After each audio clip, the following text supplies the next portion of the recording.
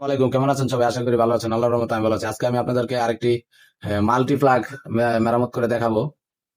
এটার তার এবং ভিতরের লাইন কি হয়েছে তা আমরা পরীক্ষা করে দেখবো। তো চলুন আমরা প্রথমে এটাকে খুলে নেই। তো আমরা স্ক্রু ড্রাইভারের মাধ্যমে এখন এটাকে খুলে নেব। তো দেখেন আমি খুলে নিয়েছি এবং ভিতরের অংশ বের করে নিয়েছি, আপনারা দেখতে পাচ্ছেন। তো এখন আমরা এর কানেকশন গুলো ঠিক আছে দেখতে পাচ্ছি। তো এখন এর পূর্বে একটা সমস্যা হয়েছিল, এখান থেকে লাইন ছিঁড়ে গিয়েছিল। তো আমরা এখন এর ভোল্টেজের কি সমস্যা তা চেক করে দেখবো। তো সেই কারণে আমরা প্রথমে এখানে ইনপুট ভোল্টেজ দিব এবং আমাদের ডিজিটাল মাল্টিমিটারের সাহায্যে আমরা এখানে আউটপুটটা চেক করব। তারপর আমরা বুঝতে পারবো এখানে কি সমস্যা, কারণ এখানে কানেকশন গুলো সব ঠিকই আছে, কারণ গুণা দিয়ে লাইনগুলো টানা হয়েছে। তো চলুন আমরা ডিজিটাল মাল্টিমিটারের সাহায্যে 220 ভোল্ট ইনপুট ভোল্টেজটা চেক করে দিই। অবশ্যই এসব কাজগুলো আপনারা এসি সিরিজ লাইনের মাধ্যমে করবেন, কারণ সিরিজ লাইনের মাধ্যমে করলে যখন শর্ট সার্কিট হবে তখন কোনো সমস্যা নাই, সিরিজ লাইনের বাতি জ্বলে উঠবে।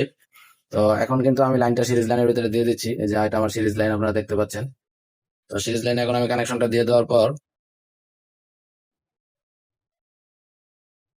এখন কিন্তু আমরা এখানে 220 ভোল্ট ইনপুট ভোল্টেজটা চেক দিব। তো এখন আমি আপনার এসি 750 রেখে দিলাম, যেহেতু আমাদের বাংলাদেশি কারেন্ট 240 ভোল্ট 200-র উপরে। তো আমি এখন এখানে চেক করলাম।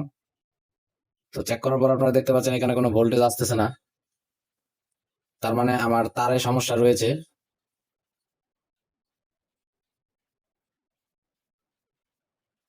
এবং আমরা যদি এখন এই লাইনটি ছুটিয়ে নেই, ছুটিয়ে নেওয়ার পর কন্টিনিউটি মোডে টেস্ট করি, কন্টিনিউটি মোডে টেস্ট করার পর দেখতে পাচ্ছেন আমাদের লাইনগুলো কিন্তু সব ঠিকই আছে।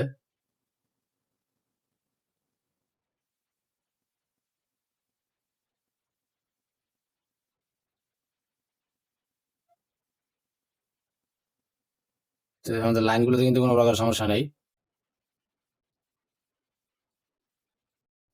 তো আমাদের তারই সমস্যা, তো আমরা এখন তারটা ছুটিয়ে দেখবো কি হয়েছে। তো আমরা এখান থেকে ছুটিয়ে নিলাম।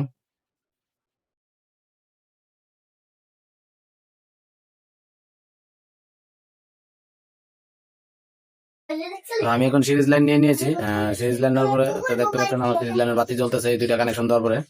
তো আমি এখন আপনার এই প্রান্ত থেকে অপর প্রান্ত দুইটি কানেকশন চেক দিব। তো দেখবো আমাদের কোন লাইনটি নষ্ট হয়ে গেছে। দেখেন আমাদের এই লাইনও জ্বলতেছে না, এই লাইনও জ্বলতেছে না। আবার যদি আমরা এখানে ধরি তাহলে আমাদের এই লাইনটিও জ্বলতেছে না, এই লাইনটি জ্বলতেছে।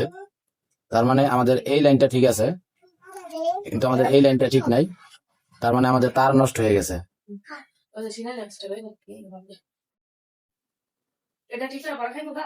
তো আমাদের তার কিন্তু নষ্ট হয়ে গেছে। তো আমরা এই তার কোথা থেকে নষ্ট হলো চলুন আমরা একটু টেস্ট করে দেখি। তো আমি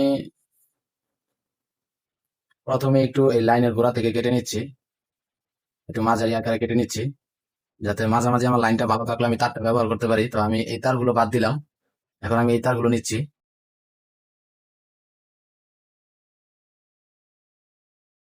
তো আমি কপার খুলে নিলাম এবং দুইটি লাইন একত্রিত জোড়া দিচ্ছি।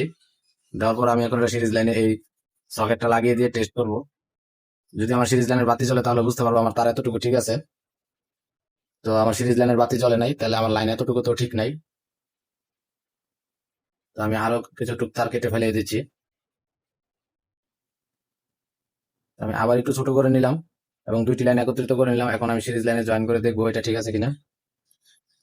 আমার এখানেও ঠিক নাই, তার মানে আমার এই লাইন পুরোটাই তার নষ্ট হয়ে গেছে। আমি চাচ্ছিলাম এই জিনিসটা ব্যবহার করার জন্য, তো ব্যবহার সম্ভবত তার ভিতর থেকে পুরোটা নষ্ট। তো এটা লাস্ট অপশন, এখানে একটু দুইটা লাইন একত্রিত করে দেখি আমার সিরিজ লাইনটা কাজ করে কিনা। তাও করে নাই, এটা একদম সকেটের গোড়া থেকেই নষ্ট হয়ে গেছে। তার মানে আমি সকেট 2 পিন প্লাগটা ব্যবহার করতে পারলাম না। তো এখানে এখন আমার নতুন করে তার এবং নতুন করে একটা সকেট করতে হবে। তো এই তার এবং এগুলো আমি এখন ফেলে দিচ্ছি, এটা ওয়েস্টেজ, এগুলো আর কোনো কাজে আসবে না। তো পরবর্তীতে নতুন তার নিয়ে এবং একটা নতুন সকেট নিয়ে আমি আপনাদের মাঝে হাজির হচ্ছি। তো আমি বাজার থেকে আপনার কপার সহ ভালো তার কিনে এনেছি। এই তারটা এখন আমি এখানে প্রতিস্থাপন করব। তো তারটা চলুন আমরা এই তারটা এখন ব্যবহার করি এবং এই তারের সাথে আমরা এখানে দুটি কানেকশন দিয়ে দিই। এই তারটা বাজারে 10 টাকা গজ বিক্রি করা হয়। তো এখন আমি উপরের প্লাস্টিক কভারটা কেটে নিয়েছি এবং ভিতরের আবরণটা এখন বের করে নেব, যে কপারটা রয়েছে। তো দেখতে পাচ্ছেন এখন ভিতরের কভারটা বের করে নিয়েছি। উপরের একটা সাদা আবরণ সেটা কিছুটা কেটে নিয়ে এবং ভিতর থেকে তারের কপার বের করে নিয়েছি। তো এখন আমি এটা এখানে কানেকশন দিয়ে দেব। তো চলুন আমরা কানেকশন দেওয়ার আগে আগে এটাকে সোল্ডার করে নিই। যে কোনো জিনিস কানেকশন করার আগে সোল্ডার করে নিতে হবে।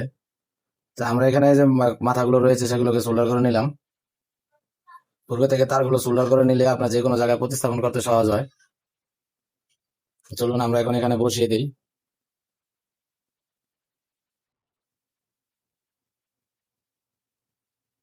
তো এখন এখানে সোল্ডার কিন্তু করে দিচ্ছি।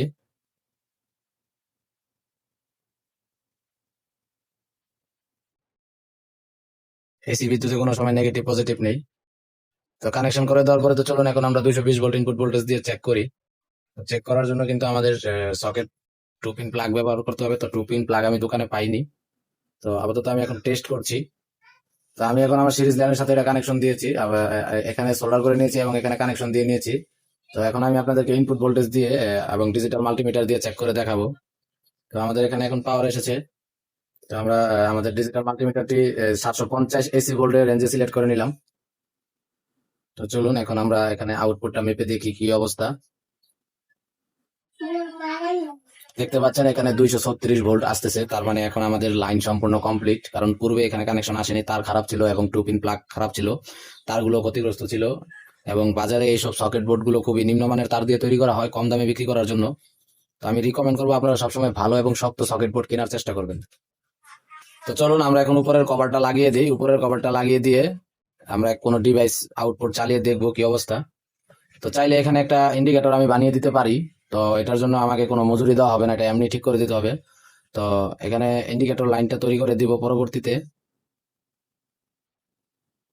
ঠিক আছে, তাহলে চলুন আমরা কভারটা লাগিয়ে দিই। তো এখন কভারটা লাগিয়ে নিয়েছি, আপনারা দেখতে পাচ্ছেন। তো চলুন এখন এখান থেকে কোনো একটা ডিভাইস আমরা চালিয়ে দেখি কি অবস্থা। মোবাইল টোবাইল চার্জ দিই, তারপরে আমরা এখন দেখবো। তো আমি 220 ভোল্ট ইনপুট ভোল্টেজে লাগিয়ে নিচ্ছি। 220 ভোল্ট ইনপুট ভোল্টেজ লাগিয়ে নিয়েছি। তো এখন এখান থেকে আমরা লোড চালিয়ে দেখবো। তো দেখেন আমি এখানে একটা মোবাইলের চার্জার লাগিয়ে নিয়েছি। তো এখন আমি আপনাদেরকে যদি একটা সরাসরি মোবাইল চার্জ করে দেখাই। তো এখন যদি আমি এখানে কানেকশনটা দিয়ে দিই, মূলত এটা ব্যবহারই করা হয় মোবাইল চার্জ করার জন্য। তো দেখেন এখানে মোবাইলটা চার্জ হচ্ছে।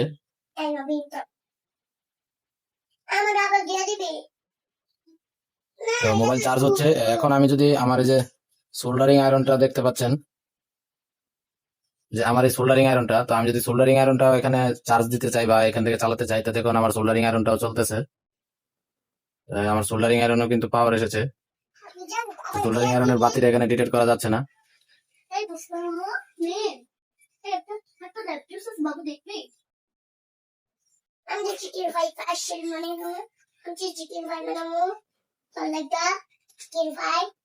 তো হয়ে গেল এই সকেট বোর্ডটা ঠিক করা। তো চলুন আমরা এটা ডেলিভারি দিয়ে দেবো। এই ছিল আজকের টিউটোরিয়াল। আশা করি ভালো থাকবেন সবাই। আল্লাহ হাফেজ।